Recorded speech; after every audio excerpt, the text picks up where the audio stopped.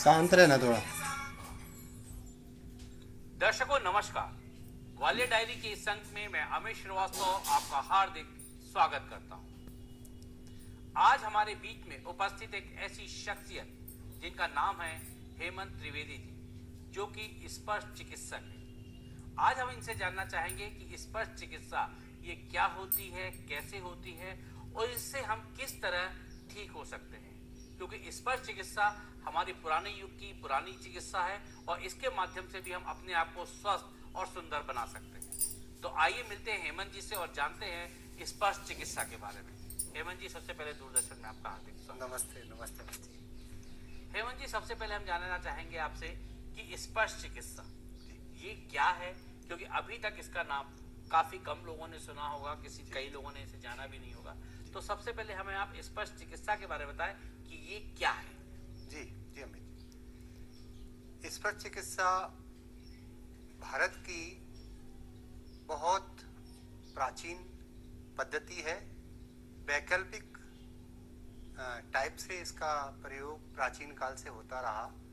इसका उल्लेख ऋग्वेद में भी है और बुद्ध ग्रंथ जिसको कहें कमल सूत्र, लोटस सूत्रा में इसका उल्लेख है।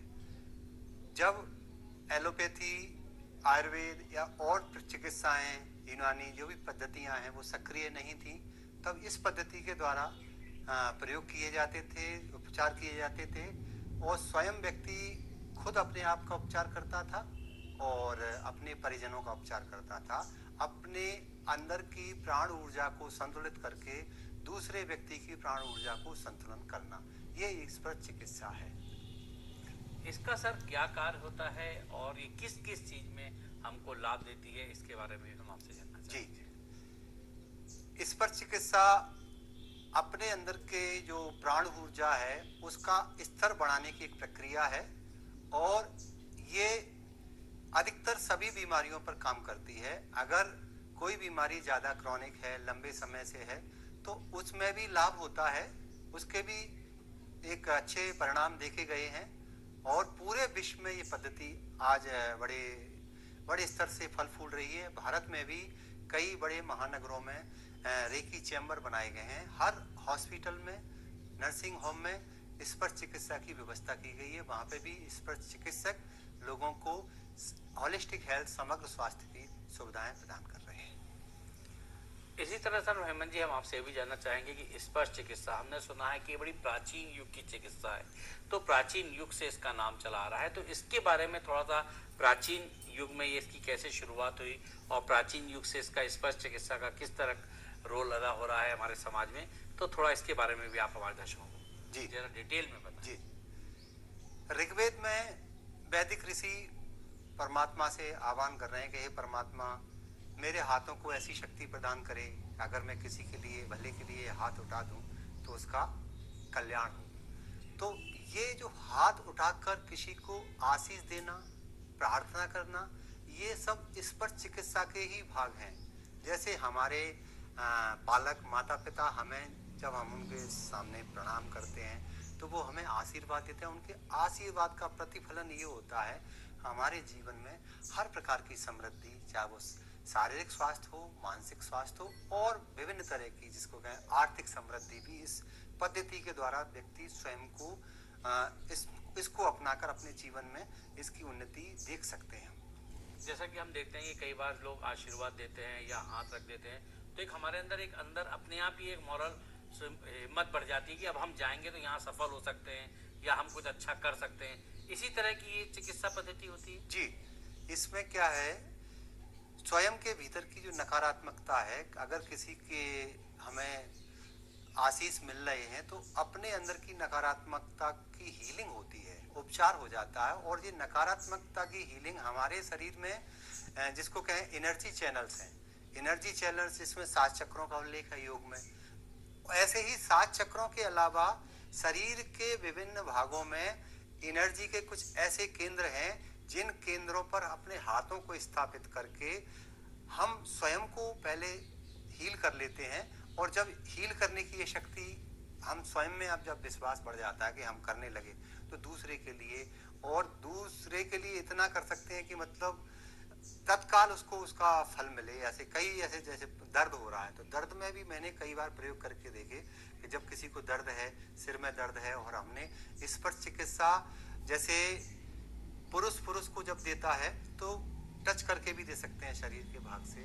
अगर अपोजिट विपरीत लिंगी के लिए दूर से 2-3 इंच का फासला रखकर भी अपने हाथों को उसके आभा मंडल के समक्ष स्थापित करके भी ये चिकित्सा या उपचार दिया जाता है।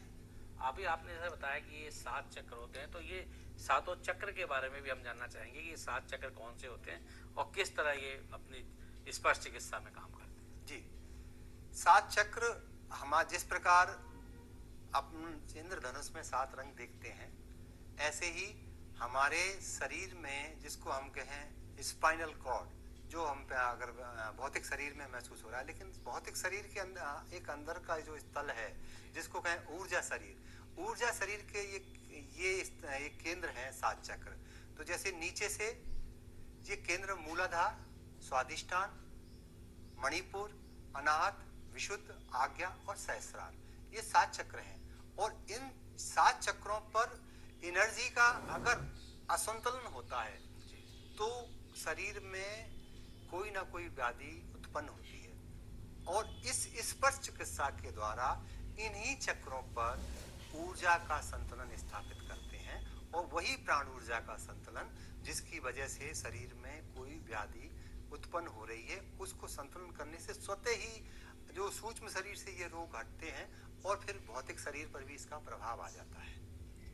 सर, आपने जैसे बताया कि स्पर्श चिकित्सा से हम काफ़ी रोगों को दूर कर सकते हैं, तो ऐसे कौन कौन से रोग हैं? क्योंकि आजकल हम देख रहे हैं कि समाज के अंदर हर एक आदमी किसी ना किसी समस्या से ग्रसित है, चाहे वो बीपी हो, चाहे शुगर हो, या किसी भी तरह की बीमारियों से हर आदमी ग्रसित है। तो स्पर्श चिकित्सा के द्वारा हम ऐसे कौन कौन से रोग हैं जिनको हम इससे दूर कर सकते हैं और उससे सामने वाले को काफ़ी आराम महसूस हो सकता है? स्पर्श चिकित्सा से पहले तो मानसिक तनाव, जी, एंजाइटी, अनिद्रा, डिप्रेशन और मन से संबंधित जितने भी विकार हैं उनके बहुत अच्छे और शानदार परिणाम मैंने खुद प्रयोग करके देखे और उसमें सफलता मिली है। इसके अलावा और भी बीमारियां हैं, उनमें भी इसके असर हैं। हर बीमारी पर इसका असर है, लेकिन ये जैसे कहें कि होम्योपैथी चिकित्सा है, उसका भी असर धीरे धीरे होता है, ऐसे ही इस स्पर्श चिकित्सा का भी असर धीरे धीरे ही होता है। और तत्काल प्रभाव अगर लेना चाहें तो इससे नहीं आते। क्रॉनिक डिसीज में इसका असर अभी ज़्यादा असर नहीं रहता है। अगर किसी की जैसे बोन ब्रेक होना, हड्डी टूट जाती है, तो उसमें भी वो असर नहीं करता, क्योंकि वो हड्डी तो समय के हिसाब से ही जुड़ेगी, और स्पर्श चिकित्सा से एकदम तत्काल कोई ऐसा चमत्कार नहीं होता। हर पद्धति के साथ इसको वैकल्पिक चिकित्सा के रूप में प्रयोग कर सकते हैं। सर, जैसा कि हम देखते हैं कि आजकल के जो बच्चे हैं वो काफ़ी मेहनत करते हैं और मेहनत करते करते काफ़ी डिप्रेशन में भी आ जाते हैं, और उनको कभी कभी सफलता नहीं मिलती तो वो कभी कभी कोई गलत स्टेप भी उठाने का प्रयास कर लेते हैं। तो स्पर्श चिकित्सा के माध्यम से हम उन बच्चों को या लोगों को किस तरह आप बताना चाहेंगे कि वो अपने स्पर्श चिकित्सा से अपने आप को मॉरल बूस्टअप कर सकते हैं और अपनी जो चीज़ चाहते हैं या जिस सफलता की तरफ आगे बढ़ रहे हैं उसको वो पा सकते हैं? जी, स्पर्श चिकित्सा के द्वारा हम अपना आत्मविश्वास बढ़ाते हैं, हम अपने लक्ष्य को भी सफलता के रूप में हम प्राप्त कर सकते हैं। स्पर्श चिकित्सा को सबसे पहले तो ये बात है, स्पर्श चिकित्सा को कैसे प्रयोग करें। स्पर्श चिकित्सा के द्वारा हम पहले अपने अंदर के जो सुप्त केंद्र हैं, जैसे हाथों की उंगलियों के पोरों पर चक्र है, हथेली पर भी एक चक्र है, ऊर्जा केंद्र है, तो इसको ध्यान के अभ्यास के द्वारा इन चक्रों को सक्रिय करते हैं सर्वप्रथम, और सक्रिय करने के बाद इन्हीं हाथों के द्वारा हम अपने और जो केंद्र हैं उनको सक्रिय करते हैं। स्पर्श चिकित्सा एक जिसको कहें ईश्वरी शक्ति है। प्राण ऊर्जा जिसको कहें पूरे ब्रह्मांड में व्याप्त है, चाहे वो सजीव हो चाहे वो निर्जीव हो। तो उसके द्वारा सर्वप्रथम हम एक अच्छा वो बनते हैं, एक अच्छा यंत्र बन जाए, शुद्ध यंत्र। हमारे शुद्ध यंत्र यानी हमें पहले उसके सिद्धांतों को भी समझना होगा कि ईश्वर चिकित्सा के सिद्धांत कैसे हैं। अगर एक शुद्ध यंत्र बनते हैं तो ये प्रक्रिया इतनी शानदार रिजल्ट लाती है, लेकिन पहले उसके लिए हमें एक अच्छा रिसीवर बनना पड़ेगा। एक अच्छे रिसीवर के लिए अगर हम रिसेप्टर अच्छे हैं तो हम इसको बाद में रिफ्लेक्ट भी अच्छा कर पाएंगे। तो जैसे हम पहले उसको अपने आप में ये सीखें पहले कि ईश्वर चिकित्सा से हम अपने आप को कैसे हील करें, अपने शरीर के 7 चक्रों पर कैसे अपने हाथों को स्थापित करें, शरीर के 24 केंद्रों पर कैसे हाथ स्थापित करें। तो इसकी एक प्रक्रिया को समझना पड़ता है, जैसे किसी के गाइडेंस के द्वारा, कोई शिक्षक के द्वारा, और फिर इसको 21 दिन तक फॉलो करते हैं। 21 दिन के फॉलो अप के बाद स्वतः ही हमारे अंदर इसकी शक्ति जागृत होती है, प्राण ऊर्जा तेजी से हमारे शरीर में प्रवाह होती है, और इसके प्रक्रिया के माध्यम से हम अपने आप को इतना ऊर्जावान बना सकते हैं कि कोई भी नकारात्मक प्रभाव जो हमारे जीवन में उन्नति के लिए कोई बैरियर बनना है, बाधा बनना है, वो क्षीण हो जाता है। इसी तरह हेमंत जी, हम ये भी जानना चाहेंगे कि आभा मंडल, हमने कई बार नाम सुना है कि आभा मंडल, तो ये आभा मंडल क्या होता है, कैसा है, और इसके बारे में भी आप हमारे दर्शकों को बताएं कि आभा मंडल का किससे रिलेशन होता है और स्पर्श चिकित्सा में आभा मंडल का क्या योगदान है। जी अमित जी, बहुत सुंदर प्रश्न किया आपने। आभा मंडल, जैसा हम अपने देवी देवताओं के चित्र देखते हैं, तो देवी देवताओं के चित्रों के आसपास एक ऊर्जा का एक वर्तुल होता है, एक सर्कल होता है, वो सर्कल आभा मंडल है। हमने अपने जितने भी देवी देवता कभी चित्रित किए हैं तो उनके आसपास एक ऊर्जा शरीर बनाया है। ऐसा ही ऊर्जा शरीर प्रत्येक सजीव में, प्रत्येक निर्जीव जीव में पाया जाता है, और इसका इतना प्रभाव रहता है कि जैसे कई लोगों का आभा मंडल इतना अच्छा होता है कि उनके नजदीक बैठने से कई लोग ठीक हो जाते हैं। तो इस आभा मंडल को, हमारे ऊर्जा शरीर, इसको आज से 60 साल पहले रूस में एक पद्धति डेवलप की थी, एक साइंटिफिक पद्धति, कैरलियन फोटोग्राफी। उसके द्वारा इसको स्कैन किया जा सकता है, ट्रेस किया जाता है, उसके फोटोग्राफ्स लिए गए हैं। आभा मंडल के फोटोग्राफ्स लेकर इस बात का पता लगा लेते हैं कि इस व्यक्ति को क्या परेशानी है। आभा मंडल का उपचार, जैसे मैंने बताया कि स्पर्श चिकित्सा के द्वारा आत्मोपचार हो रहा है, लेकिन आभा मंडल को अगर कोई शुद्ध कर ले तो वो स्वतः ही चक्रों का संतुलन हो जाएगा, स्वतः ही प्राण ऊर्जा का संतुलन हो जाएगा। तो आभा मंडल, तो इसको अंग्रेजी में ऑरा कहते हैं, ऑरा।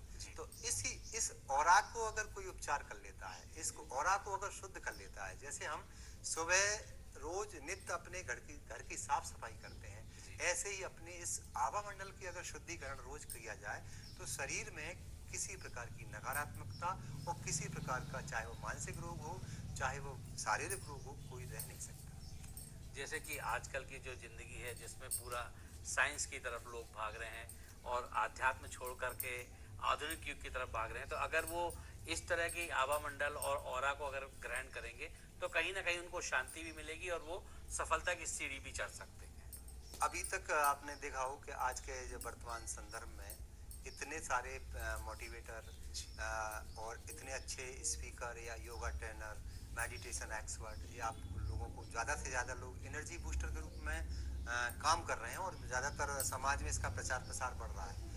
एक शुद्ध मोटिवेशन भी हमारे आभा मंडल को शुद्ध करता है। अगर कोई व्यक्ति सही रूप से किसी से प्रेरणा पा रहा है तो स्वतः ही हमारी चेतना उठ रही है, स्वतः ही दूसरा व्यक्ति उसके संपर्क में आके अपने आप को मानसिक और शारीरिक रूप से स्वस्थ कर रहा है। जैसे प्राचीन काल में बोलते थे कि हम सत्संग करने जा रहे हैं, आज के संबंध में हम इंस्पिरेशन लेने जा रहे हैं, प्रेरणा लेने जा रहे हैं। ये प्रेरणा वही सत्संग है, शब्दावली बदल गई है, परंपरा वही है। आज मॉडर्न रेफरेंस में इसको नई मॉडर्निटी के रूप में देखा जा रहा है। परंपरा वही है, प्राचीन परंपरा है, और उसका कई एस्पेक्ट ऐसे हैं कि इसको एक सही रूप में सकारात्मक भावना से भी हम अपने आप को हील कर सकते हैं, सही मोटिवेशन के द्वारा, सही चिंतन के द्वारा और योगिक प्रक्रियाओं के द्वारा हम अपने आप को इस स्पर्श चिकित्सा से जोड़ सकते हैं। सर, जैसे कि हमने काफ़ी समय से आपसे स्पर्श चिकित्सा की बात कर रहे हैं कि स्पर्श चिकित्सा पुराने युग की चिकित्सा है, इससे हम ये ठीक कर सकते हैं, हम इस तरह से आगे बढ़ सकते हैं।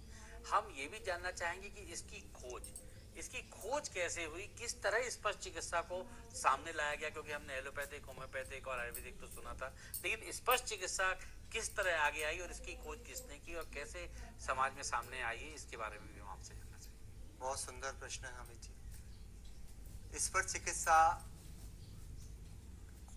इस धरती के जन्म के साथ विद्यमान थी। जैसे आयुर्वेद है, आयुर्वेद का उल्लेख भी वेदों में है। ऐसे ही अपनी ऊर्जा को शुद्ध करके दूसरे की ऊर्जा को शुद्ध करना, दूसरे की ऊर्जा को उपचार करना, दूसरे शरीर का उपचार करना, ये प्राचीन परंपरा में गौतम बुद्ध के ग्रंथों में जो उल्लेख है कि गौतम बुद्ध कोई व्यक्ति अगर रोगी व्यक्ति उनके पास आ रहा है तो उनके वो हाथ से स्पर्श करके उनको उनके सिर पे हाथ रख दिया, उनके रोग वाले स्थान पे हाथ रख दिया। और उनके जो गुरुजन होते थे वो भी उनको उपचार करने के लिए सिर्फ हाथ करके और उनको हील करते थे, उनके लिए प्रार्थना करते थे। ये जो चिकित्सा है प्रार्थना वाली है। तो इसको ये नहीं कह सकते कि प्रार्थना का आरंभ कब से हुआ। जैसे सनातन परंपरा में बहुत जिसको कहते हैं कि हमेशा नूतनता बनी हुई है, ऐसे ही इसका जब मैंने बताया कि प्राचीन काल में ऋग्वेद सबसे पुराना ग्रंथ है। ऋग्वेद में भी अगर वैदिक ऋषि ये कह रहे हैं कि हे परमात्मा मेरे हाथों में इतनी शक्ति प्रदान कर दे कि अगर मैं किसी कल्याण के लिए उठा रहा हूँ उसका कल्याण हो जाए, तो उस समय से इस परंपरा को हम मान सकते हैं कि उत्कम। लेकिन आधुनिकता में अगर देखें तो इसका श्रेय जाता है डॉक्टर मिकायुशी, जो जापान के एक प्रोफेसर थे। उनसे किसी यूनिवर्सिटी में पढ़ा रहे थे तो उन्होंने किसी विद्यार्थी ने ये प्रश्न किया कि सर ये ऐसा क्या था कि भारत में कई योगी तपस्वी लोगों को हाथ उठाकर या उनके शरीर पर हाथ रख के ठीक कर लेते थे, तो ऐसी कोई पद्धति के बारे में आपका कुछ विचार है? तो मैं इसके बारे में कुछ नहीं जानता। तो उन्होंने बड़ी जिज्ञासा से पूरे विश्व की यात्रा की, भारत भी आए, तिब्बत भी गए, इधर चाइना भी गए। सब पूरे विश्व में भ्रमण करने के बाद जब उन्हें वो सही संतुष्ट जवाब नहीं मिले तो खुद साधना की उन्होंने 21 दिन की साधना, और उस 21 दिन की साधना से प्रतिफल ये आया कि वो स्पर्श चिकित्सा के एक उपचारक और चिकित्सक बने और रीइन्वेंटर बने। माने उस पद्धति को दोबारा स्थापित करने में उनका योगदान रहा और ये पद्धति जापान से रीइन्वेंट हुई और पूरी दुनिया में फैलते फैलते और 80 के दशक में भारत में भी आई। और भारत में आई, फिर बाद में इसी पद्धति को लोगों ने अलग अलग नाम दिया। चाइना में इसको प्राणिक हीलिंग कहा, भारत में इसको कुंडलनी शक्ति उपचार कहा, और विभिन्न देशों में इसको विभिन्न नामों से जाना जाता है। तिब्बत में भी जिसको कहें लामा फेरा पद्धति, और अलग पद्धतियां हैं जो इसी के जैसी इसी से मिलती जुलती मॉडलिटी हैं, लेकिन पद्धति के नाम बदल जाते हैं। जैसे पानी को सब जगह पानी नहीं कहा जाता, कई जगह वाटर भी कहा जाता है, कई जगह नीर भी कहा जाता है, कई जगह आप भी कहा जाता है। ऐसे ही यही विधा पूरे विश्व में विभिन्न नामों से जानी जाती है। प्राचीन काल की विद्या है और आज भी इसका परिणाम बहुत शानदार है। सर, जैसे कि हमने स्पर्श चिकित्सा के बारे में आपसे बात की, अगर कोई इसको सीखना चाहे, कि कोई इंटरेस्ट लेना चाहे और इसको अपने जॉब में या अपने कैरियर में लेना चाहे, तो क्या वो इसको अपने कैरियर में ला सकता है? इससे उसका भविष्य बन सकता है? जी, इसका बड़े महानगरों में बड़ा एक तरह से इसको लोगों ने कैरियर के रूप में अपनाया है और अच्छी तरह से उन्होंने अपने क्लिनिक और सेंटर डेवलप किए हैं। हाँ, अगर कहें कि एक व्यवसाय के रूप में नहीं, एक जीवन पद्धति के रूप में अपनाएं तो प्रत्येक व्यक्ति इसको अपना सकता है, क्योंकि इसके लिए किसी विशेष योग्यता की आवश्यकता नहीं है। बस एक डेडिकेशन, एक समर्पण है उस ईश्वरी शक्ति के प्रति, और कुछ दिन का अभ्यास है। किसी गुरु के सानिध्य में रहकर, गुरु से एक दीक्षा की एक परंपरा है कि गुरु से दीक्षा लेकर उसके द्वारा शक्तिपात किया जाता है। मतलब जो चैनल्स क्लोज हैं या ब्लॉकेज है, उन चैनलों की एनर्जी को ब्लॉकेज हटाकर उसकी एनर्जी को मैनिफेस्ट करने के लिए एक मेंटर की, एक गाइड की आवश्यकता होती है। एक बार इसका जो दीक्षा हो गई, फिर जीवन भर ये शक्ति कार्य करती है। मैंने भी इसको दीक्षा ली और उसके परिणाम ऐसे आने लगे कि कई असाधारण बीमारियों और कई ऐसी बीमारियों पर मैं काम कर पाया जिन पर डॉक्टरों ने भी हाथ खड़े कर दिए। अभी तक आपने अपने जीवन में स्पर्श चिकित्सा के माध्यम से कितने लोगों को ठीक किया है, या कितने लोग आपसे मोटिवेट होके गए हैं? थोड़ा सा हमारे दर्शकों को जरूर बताएं। जी, मैं लगातार से 8-10 साल से इस पर मैं गहन मेरी प्रैक्टिस रही। और ये ऐसी पद्धति है कि इसको मैंने इसको व्यवसाय नहीं बनाया, इसको मैंने अपने एक तरह से आध्यात्मिक पथ का एक वही मान लिया कि आध्यात्मिक पथ की मेरी प्रक्रिया का हिस्सा है। तो इसके चलते सैकड़ों लोगों को मैं मतलब इस शक्ति के द्वारा सहयोग कर पाया, लोगों को डिप्रेशन से निकाल पाया, कई लोगों के आत्महत्या जैसे नेगेटिव थॉट से बाहर निकाला, एंजाइटी से बाहर निकाला, और कई इतनी गंभीर बीमारियां जैसे पार्किंसन, स्पाइन में गैप, ऐसी कई बीमारियों को भी, जॉन्डिस, ऐसी कई बीमारियों पर मेरे अच्छे प्रयोग रहे और सफल रहे। अंत में आप हमारे दर्शकों को अपनी ओर से क्या संदेश देना चाहेंगे और स्पर्श चिकित्सा के लिए क्या कहना चाहेंगे? अंत में मैं यही संदेश देना चाहता हूं कि अपने आप को, अपने जीवन को संतुलित करने के लिए इस पद्धति को भी सीखें। और ये पद्धति ऐसी है कि स्वयं उपचार कर सकते हैं, दूसरे का कर सकते हैं, और अगर अच्छे स्तर पर करना चाहें तो समाज का कर सकते हैं। अपनी ऊर्जा को संतुलन करने की प्रक्रिया है, और ये उसमें भी सहयोगी है। जैसे योग की प्रक्रिया है, ये योग से जुड़ी हुई पद्धति ही है अगर देखा जाए तो। जैसे हम जीवन में योग को अपना रहे हैं, ऐसे ही इस पद्धति को भी अपने जीवन में अपनाएं। धन्यवाद। हेमंत जी, आपने अपना मूल्य समय निकाल के हमारे स्टूडियो आए और स्पर्श चिकित्सा के बारे में इतनी अच्छी हमारे दर्शकों को जानकारी दी, इसके लिए आपका बहुत बहुत धन्यवाद। तो दर्शकों, ये थे हेमंत त्रिवेदी, जिन्होंने स्पर्श चिकित्सक हैं, जिन्होंने स्पर्श चिकित्सा के बारे में बताया कि हम होम्योपैथिक, एलोपैथिक, आयुर्वेदिक दवाइयों का तो उपयोग करते ही हैं, स्पर्श चिकित्सा से भी हम निगेटिविटी से पॉजिटिविटी की ओर जा सकते हैं। हमें उम्मीद है कि हमारे दर्शकों को ये कार्यक्रम अच्छा लगा होगा और वो कहीं ना कहीं स्पर्श चिकित्सा को अपनाने का पूरा प्रयास करेंगे। इसी उम्मीद के साथ मैं अमित श्रीवास्तव आपसे विदा लेता हूं। अगले कार्यक्रम में आपसे फिर मुलाकात होगी, तब तक के लिए नमस्कार।